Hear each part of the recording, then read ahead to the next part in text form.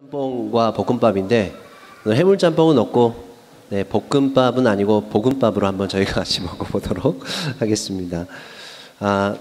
제가 알고 있는 거는 냉장고를 부탁해라는 게 어떠한 유명 연예인의 집에 가서 그 냉장고를 그대로 가져와 가지고 냉장고에 있는 것으로 이제 15분 만에 요리를 해서 경연을 하는 이런 프로인 것 같습니다. 그런 의미에 있어서 저희가 한 30분 정도 되는 영상을 봤는데요. 우리가 이제 갖고 있는 이 말씀도 내가 볼 땐 가장 짧고 굵게 말씀을 묵상하고 메시지를 나눠야 되는 시간이 한 15분 정도면 되지 않을까. 그래서 오늘 한 15분 안에 한번 같이 메시지를 나눠보려고 합니다. 여러분, 우리가 음식이라는 게 인류 역사에서 불이 발견되면서 음식을 구워 먹게 되면서 더 맛이 생기게 된 거죠. 그러면서 이제 또 냉장고가 생기면서 장기적으로 음식을 보관하게 되면서 또 길게 음식을 먹게 되었습니다. 제가 이번에 이 냉장고를 부탁해를 이렇게 보면서 모든 집에 사실 다 냉장고가 있잖아요. 근데 여러분, 최초의 냉장고가 어떻게 개발이 됐는지 아시나요? 이렇게 기록을 좀 보니까 1748년에 켈렌이라고 하는 한 사람이 발명을 했는데, 근데 발명했던 그 계기가 이게 일을 열심히 하다가, 아니면 운동을 열심히 하다 보면 땀이 나잖아요. 근데 땀이 나서 이제 쉼을 이렇게 쉬고 있는데, 땀이 흐를 때는 굉장히 몸에 열이 나다가 땀이 흐르고 나서는 갑자기 몸이 좀 으쓱해지죠. 땀이 식으면서 몸에 있는 열을 이렇게 뺏어가는 거죠. 그것이 계기로 냉장고가 인류 역사상 처음으로 시작이 됐습니다. 그렇게 보면 냉장고라고 하는 것은 우리가 24시간 계속 틀어져 있는 거긴 하지만 그 안에 냉장고에 음식들이 보관되어져 있는 것, 가장 뜨거운 것과 가장 차가운 것이 만나는 것이 냉장고구나라는 생각도 들게 되고요. 또 한편에는 열심히 일하는 자들에게 준 하나의 힐링을 속에서 냉장고라는 게 생기지 않았나 생각이 듭니다. 여러분, 혹시 성경에도 냉장고가 등장할까요? 냉장고라는 단어는 등장하지 않지만 냉장고가 당연히 있었겠죠. 그게 바로 동굴입니다.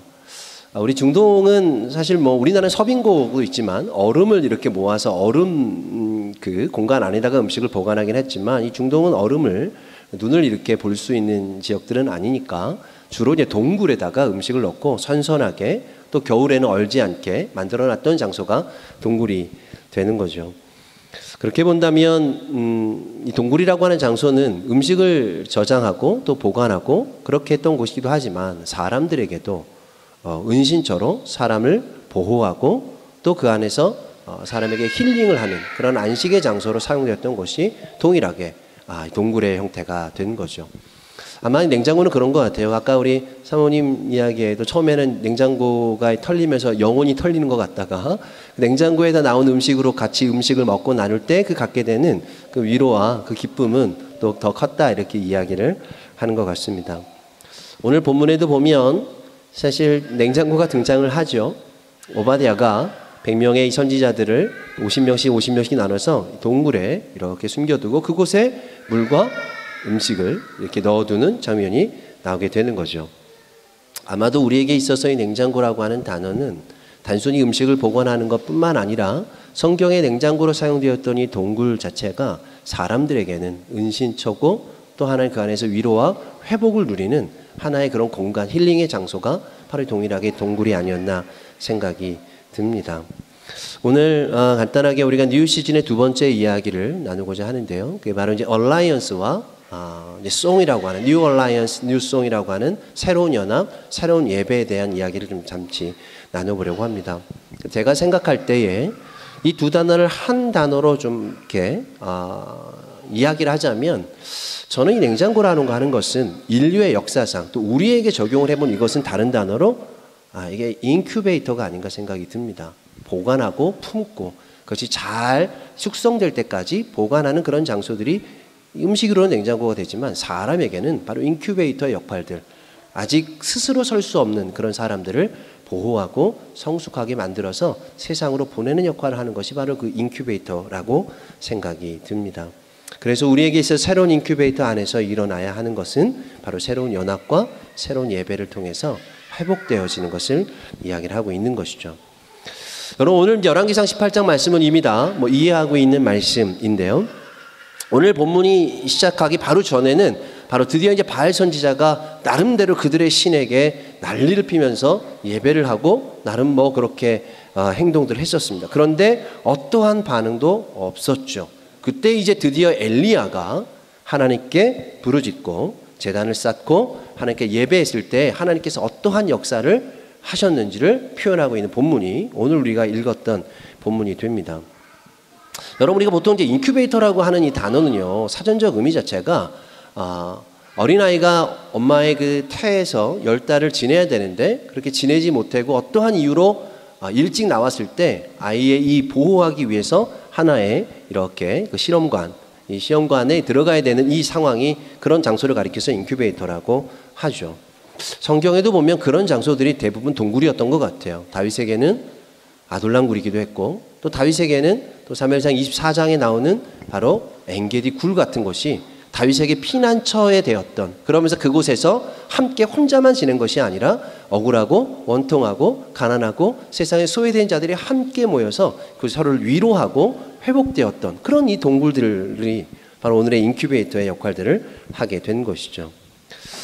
그렇게 본다면 저에게는요, 이 냉장고는 음식이 상하지 않게 하는 인큐베이팅 하는 곳이 될 것 같고, 가정은 세상이 가르쳐주지 못하는 사랑을 인큐베이팅 하는 곳이 되고, 학교는 교육을 인큐베이팅 하는 곳이고, 그리고 기업은 생산과 비즈니스를 인큐베이팅 하는 곳이고, 예술은 창작을 인큐베이팅 하는 작업이고, 도시는 문화를 인큐베이팅 하는 그런 장소가 도시가 되는 거죠.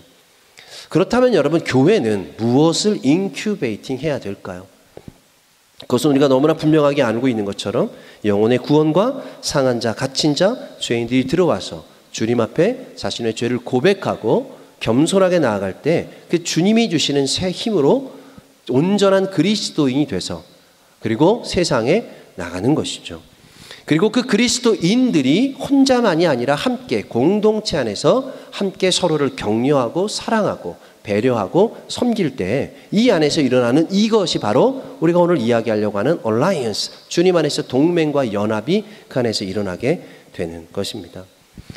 여러분, 오늘 지금 이 본문에 보면 엘리야가 있었을 때 3년 반 동안 비가 내리지 않았습니다. 근데 이제 비를 위한 기도 이전에 오늘 엘리야가 했던 행동이 뭐냐면, 이세벨의 폭정의 두려움과 영적인 좌절에 빠져있는 하나님의 선지자 100명과 그리고 그 당시에 바알과 이 아세라에 잡혀서 그 안에서 그렇게 헤매고 있는, 머뭇거리고 있는 이 이스라엘 백성들을 먼저 살려내야 됐던 거죠. 여러분, 하늘에서 비라고 하는 의미는 땅을 살리는 거예요. 이 땅의 생명체들을 살려내기 위한 것이지만 이 땅의 생명체를 살리기 이전에 먼저 되어야 되는 게 뭐냐면 이 땅을 이 땅을 이루고 살아가야 될 사람들을 먼저 살려야 되는 일들이 필요했던 것이죠. 그래서 오늘 궁극적으로는 비의 소리를 듣기 위한 과정이지만 오늘 엘리야를 통해서 비의 소리 이전에 하나님의 그 역사 가운데 불의 소리를 듣게 하셨던 장면이 오늘 우리가 읽었던 성경의 본문이 되는 것입니다.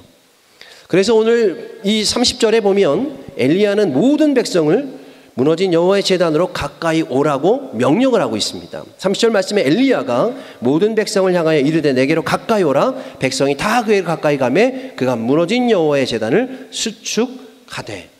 여러분, 이 말씀을 통해 보면 그 당시에 여호와의 제단이 무너져 있었다라고 이야기를 합니다. 하나님의 예배가 무너져 있었던 거죠. 이미 그 이전에 그 북이스라엘의 바알과 아세라의 그 제단들은 이 왕성하고 세워져서 매일마다 엄청난 제사들이 드려지고 있었을 때 하나님 여호와의 제단은 무너져 있었다라고 이야기를 하고 있습니다. 또 한 가지, 그 예배를 지켜내야 됐던 하나님의 선지자, 하나님의 제사장들도 무너졌다라고 이야기를 합니다. 여러분, 오늘 850명의 이방의 제사장들이 등장하는데요. 여러분, 지금 열왕기하 12장에 보면 우리가 너무나 잘 알고 있는 것처럼 북이스라엘 여로보암 왕 때에 레위인들이 다 사라져 버립니다. 여러분, 남유다는 그 당시에 레위인들이 있었어요. 하나님의 예배를 담당했던 이 자들은 예루살렘에 있었지만 북이스라엘은 레위인들을 찾아볼 수 없었기 때문에 어떤 일들이 일어났습니까? 레위인이 아닌 일반 사람들을 제사장으로 세우는 그런 하나님 앞에 범죄함이 이 북이스라엘 땅 가운데 있어지게 된 거죠. 아마 그 이유는, 레위인들이 아닌 일반 제사장들을 삼게 되는 그 이유는 아마 제사장들이 다 도망갔을 수 있고, 아니면 오늘 성경에 기록하는 것처럼 이세벨이 하나님의 선지자들과 하나님의 제사장들을 다 잡아 죽이는 일들 가운데 더 이상 남아있지 못하는 그런 현실을 보게 되는 거죠. 그래서 오늘 그 상황 가운데 이 오바댜가 바로 50명씩 나눠서 바로 그 인큐베이터 안에 50명씩 그 동굴에 숨겨두게 됩니다. 그때 그 오바댜의 헌신으로 빵과 물을 공급받으며 이 하나님의 선지자들은 하나님의 때를 기다리고 있었던 거예요. 그 가운데서는 대부분의 사람들은 아마 이세벨의 이 폭정과 이 살인이 두려워서 그 안에 피해 있었던 자들도 있었지만 하나님의 때를 기다리고 그 안에서 그들의 연약함을 지금 하나님 앞에 구하고 그 인큐베이터 안에 머물러 있는 이 100명의 선지자가 하나님의 때를 기다리고 있었던 거죠. 여러분, 이게 한편의 재미난 표현이긴 한데요. 우리가 이제 보통 빵이라고 하는 단어가 히브리어로 뭐죠? 레헴이죠. 근데 우리가 인큐베이터라고 하는 단어는 쉽게 얘기하면 어머니의 이 모태죠. 태를 이야기합니다. 여러분, 이 모태가 히브리어로 레헴이에요. 레헴은 레쉬 발음의 레헴이고 빵은 라메드의 레헴이죠. 발음은 거의 우리상으로, 유대인들은 이제 발음을 좀 다르게 하겠지만 우리상으로는 똑같은 발음을 갖고 있는 것이 빵과 그리고 이 어머니의 이 태, 이 인큐베이터라고 하는 의미를 동일하게 갖고 있습니다. 그래서 하나님의 레헴, 인큐베이터에는 하나님의 사람을 통해서 바로 레헴, 하나님의 그 식량, 음식들이 공급되고 있다라고 이야기를 하는 것이죠.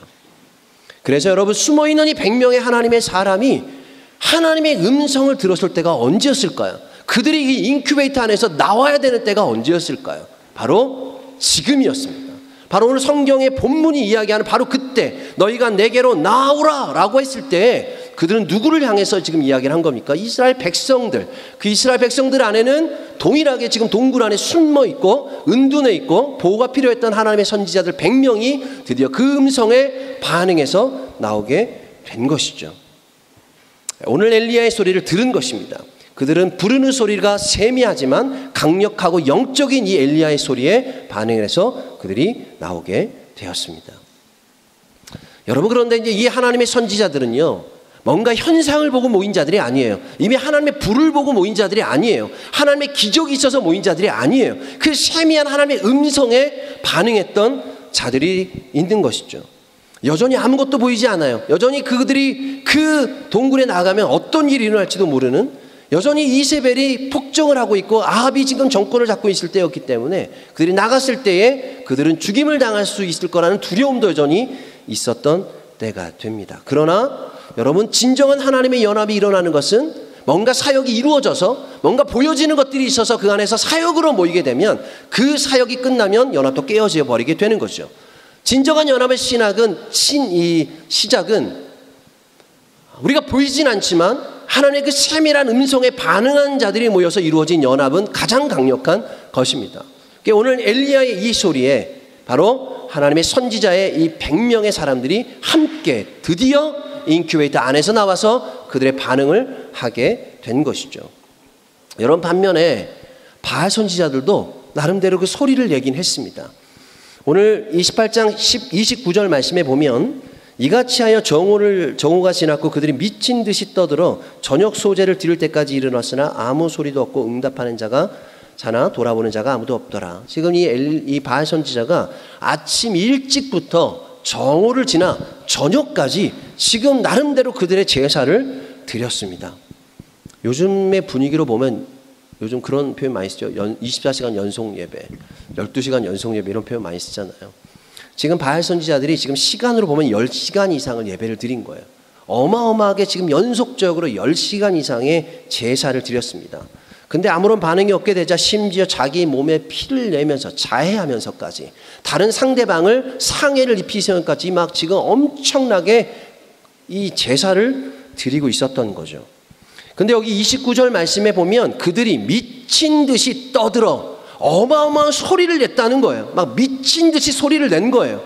여러분, 근데 이 미친 듯이 소리를 냈다라고 하는 히브리어 단어가 이트나부라는 단어예요. 나바, 예언하다라는 단어죠. 우리 지금 거리가 한 느비임이잖아요. 느비임 선지자들이라는 뜻인데 여러분, 이 나바 동사를 썼어요. 스스로 막 예언을 했대요. 그들 나름대로 뭐 말아먹지 못하는 막 이야기들 하고 나름대로 막 예언도 하고, 근데 그것이 하나님의 음성에 통해서 하나님의 마음에서 온 것인가 아니면 자기 스스로 자해하면서 부르짖는 엄청나게 미친 듯이 떠드는 소리인가를 분별하게 된 것이죠. 성경의 히브리어로 이렇게 표현합니다. 에인 콜, 베에인 오네, 베에인 카쉐브. 소리도 없었고 어떠한 응답도 없었고 어떠한 집중도 없었다. 이 사건에는요, 지금 엄청나게 지금 그들은 뭐 소리를 지르고 있지만 어떠한 하나님 앞에 있어서 소리도 듣지 못했고 그 안에서 하나님의 응답도 없었고 카쉐브, 우리 히브리어로 탁쉬브라는 표현을 많이 쓸 거예요. 히브리 울판 들으시는 사람들은 탁쉬브, 집중해. 지금 막 이렇게 하고 있는데 딴짓하고 있는 사람들이 있으면 탁쉬브, 탁쉬비, 집중해, 이렇게 표현하는 거예요. 오늘 여기에는 소리도 없었고 응답도 없었지만 또 하나는 집중력도 없었다는 거죠. 산만했다는 거예요. 이 예배하는 것이 너무나 산만했어요. 여러분, 반대로 이야기하면 우리의 예배는 무엇이 필요합니까? 하나님의 음성, 하나님의 소리가 필요한 것이죠. 하나님의 응답도 필요한 것이, 하나님의 예배 가운데 집중이 필요한 거죠. 우리 안에서 산만한 각자 예배를 드린다고 해서 이 안에 집중, 이 탁쉐브가 없으면 하나님이 그 안에 임재하기 어렵다라고 이야기를 합니다. 그래서 이제는 어떠한 집중력도 없어지고 무의미한 제사만 남게 된 것이죠. 그래서 그들의 예배 가운데는 어떠한 인큐베이터의 역할도 하지 못했어요. 품어낼 수 있는 게 없었어요. 여러분, 자신들을 자해하면서 상대방을 상해를 입히면서 이 행동 가운데 어떠한 하나님의 임재가 있을 수 없게 된 거죠. 여러분, 하나님의 그 모태, 이 인큐베이터는요, 서로 상처를 입히는 일이 있으면 안 돼요. 또 자기 스스로의 몸에 상처를 입히는 일도 있을 수 없다는 것이죠. 예전에 한번 그런 표현을 썼었는데, 여러분, 그 어린아이들이 어머니의 모태 안에 있을 때 그 태어나면서 그 모태를 빠져나오잖아요. 근데 그 빠져나올 때 너무나 신기한 것은, 산부인과 의사들이 이야기한 너무나 신기한 것은 아이들이 항상 손을, 엄지손가락을 이렇게 쥐고 나온다는 거죠. 왜 이렇게 쥐고 나오느냐라고 할 때 여러 해석들을 할 수 있는데, 많은 사람들이 이런 얘기를 해요. 나올 때 엄지손가락으로 자신의 그 어머니의 모태에 상처를 주지 않기 위해서 이걸 주먹을 쥐고 나온다라고 이야기를 하는 거죠.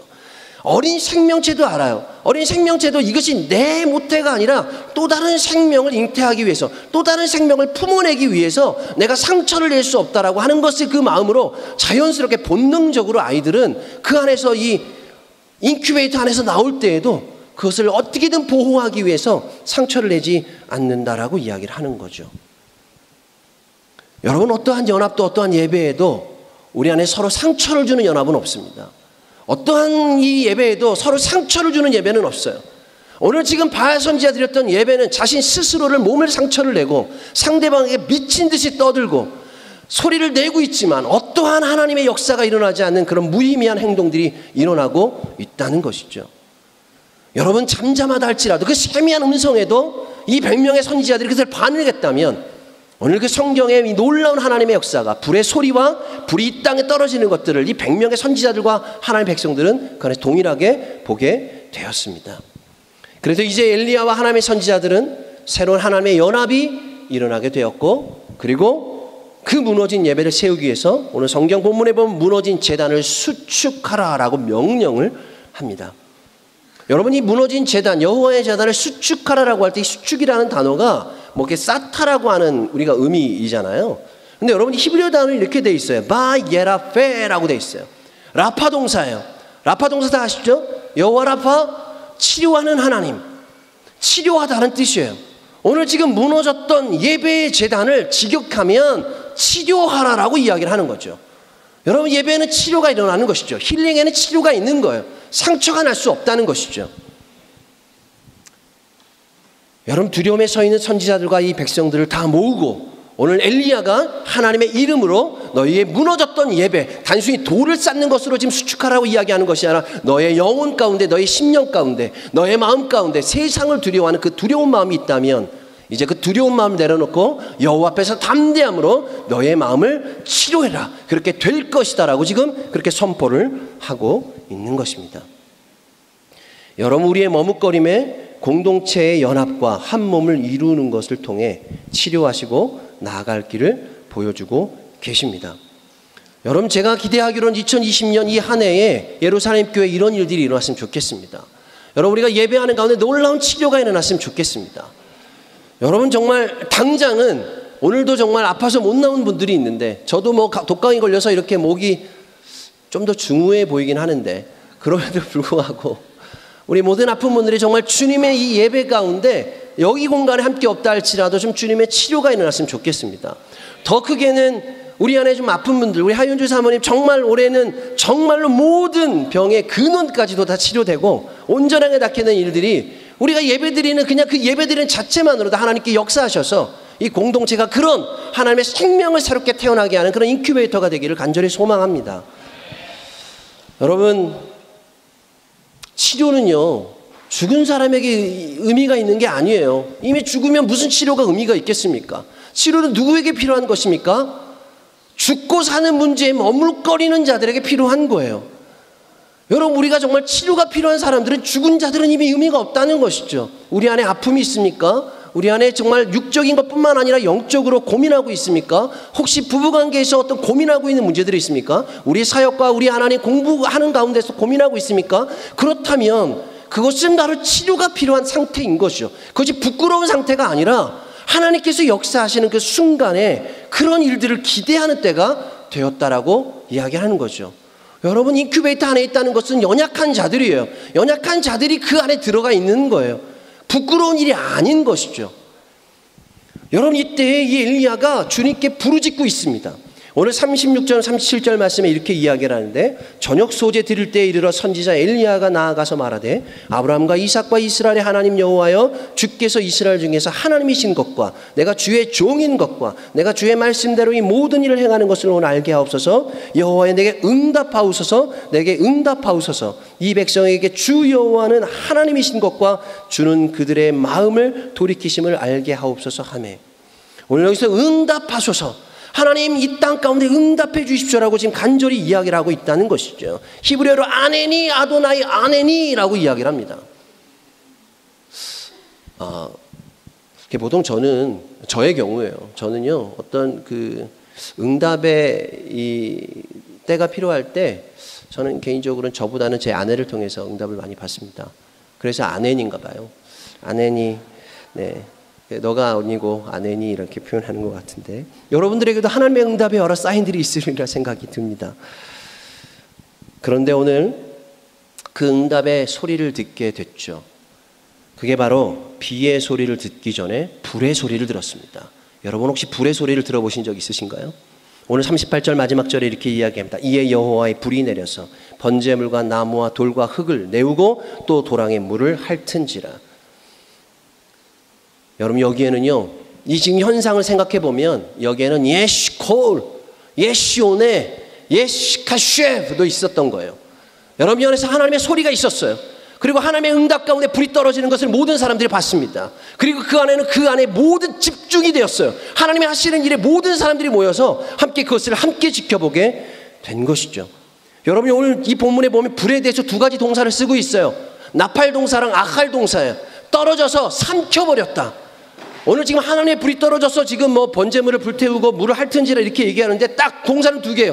하늘에서 떨어져서 모든 그 땅에 있는 하나님의 그 번제물들을 다 먹어버렸다. 삼켜버렸다. 여러분, 무서운 표현 아닙니까? 그런데 사람은 죽지 않았대요. 아마 어떤 불들이 막 떨어져가지고 막 모든 것을 삼켰다면 모든 사람들도 같이 죽었어야겠죠. 근데 그 하나님의 사람들 가운데 하나님의 보호하심과 더불어 하나님이 받으셔야 되는 그 번제물들, 이 땅의 것들은 하나님께서 다 삼켜버렸다라고 이야기를 합니다. 여러분, 최근에 우리 여러분 다 아시는 것처럼 호주에 어마어마한 산불이 났습니다. 지금 몇 개월째 5개월 이상 지금 산불이 나서 재난의 지금 상황들이 됐는데, 어제까지 보니까 이 산불이 나서 탄 면적이요, 서울의 100배 면적이래요. 그리고 현재까지 다행히도 아직 많이 죽지는 않았는데 25명 정도가 죽었고, 그러나 동물이 5억 마리 이상의 동물이, 야생동물이 다 희생을 당했다고 합니다. 근데 사람들이요, 왜 이렇게 5개월 동안 산불이 났느냐, 왜 그동안 진압을 못했느냐라고 이야기를 할 때 한 가지, 이 불의 원인에 대해서 이렇게 이야기를 합니다. 누군가 방화를 했긴 했지만 그 방화가 그렇게까지 번질 건 아니었다는 거예요. 근데 이것이 한 가지 얘기하는 게 뭐냐면 이상기온입니다. 현재 지금 온난화 현상을 통해서 지금 지구가 더 뜨거워지고 있는 것이죠. 근데 이 뜨거워지는 것과 더불어 이 뜨거워진 공기가 올라가서 뭐라고 표현하냐면 화염전란운이라고 이야기를 해요. 구름이 형성이 되는 거죠. 근데 구름이 생기면 비가 와야 되잖아요. 근데 비는 없고 번개만 치는 구름이래요. 그래서 이게 어디 지역에 가서 누가 불을 안 질렀는데 비구름이 와가지고 비는 안 내리고 번개가 치니까 그게 불이 또 나는 거죠. 여러분 지금 호주에 어마어마한 불들이 떨어지고 있는 거예요. 여러분이 작은 현상 가운데도 엄청난 하나님의 재난 가운데 많은 것들을 고민하죠. 이것을 무슨 신학적으로 종교적으로 아니면 신앙적으로 해석하진 않습니다. 근데 이것을 통해서 우리에게 깨닫는 것은 하나님의 불이 떨어지는 장면은 엄청나게 무서운 거예요. 이때 백성들은 소리와 응답과 집중력이 삼켰습니다. 그래서 불이 떨어지는 것을 보며 그 소리를 듣고 번제물과 다른 것들을 삼켜 태우면서 이 제사에 대한 응답의 소리를 듣고 그 모든 사람들이 이것에 놀라 집중하며 지켜보게 된 것이죠. 제가 기대하기로는 정말 이 호주가 빨리 하나님의 그 믿는 자들 또 하나님의 교회들이 이것을 왜 기도했을 때 정말 오늘처럼 순서적으로 보면 하나님의 불이 먼저 떨어졌잖아요. 근데 그 불이 심판일 수도 있지만 하나님의 어떤 하나님의 응답 가운데 이제는 그 비의 소리가 그 호주 가운데 와서 정말로 그 손바닥만한 구름으로 인해서 번개가 아닌 그 비가 그 땅에 떨어져서 빨리 그 땅에 있는 정말 많은 상처와 아픔들을 하나님께서 좀 치료하시고 그것들이 빨리 회복되기를 그렇게 간절히 기도하는 마음이 있습니다. 여러분, 우리의 하나님의 이 응답은 하나님 우리의 부르짖음 가운데 있어야 됩니다. 그래서 너무나 잘 아는 예레미야 33장 3절 말씀에 너희는 내게 부르짖으라. 내가 내게 응답하겠고 너가 알지 못하는 크고 은밀한 일을 내게 보일 것이다 라고 말씀합니다. 여러분 2020년에 예루살렘 교회가 바로 부르짖어야 되는 것입니다. 크고 은밀한 일.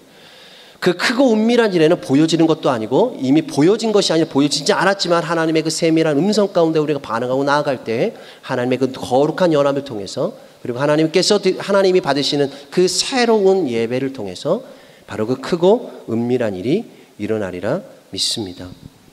결론적으로 2020년에 예루살렘 교회가 말씀을 메고 믿음의 6걸음을 걸을 때 하나님의 섭리를 통해 그 재정을 하나님의 나라를 향해 그렇게 온전히 올려드리고 사용되어지고 그리고 하나님의 사람들이 세상의 두려움과 염려를 내려놓고 주님의 예배 가운데 나아가 모여 함께 거룩한 이 연합, 얼라이언스를 이루게 된다면 올 한 해도 우리에게 하나님께서 바로 만드시고 하나님께서 하실 크고 은밀하고 놀라운 일들을 우리가 함께 경험하기를 소망합니다. 그래서 여러분 하나님의 예배 가운데는 회복과 치유가 있습니다. 하나님의 이 땅의 어두움과 두려움과 죄의 상처를 치료하시기 위해 이미 그렇게 하셨던 것처럼 독생자 예수 그리스도를 이 땅에 보내주셔서 주님의 십자가 사건을 통해서 온전하게 이 사건을 우리에게 이루어 주셨던 것이죠. 그래서 우리 하나님의 사람들이 함께 모여 이 드리는 예배를 통해서 올 한 해도 우리가 이 비의 소리를 듣고 또 그 이전에 우리가 불의 소리와 그 불의 응답들을 통해 불과 또 비의 하나님의 역사하심을 함께 경험하는 그런 우리 예루살렘 교회 공동체가 되기를 간절히 소망합니다.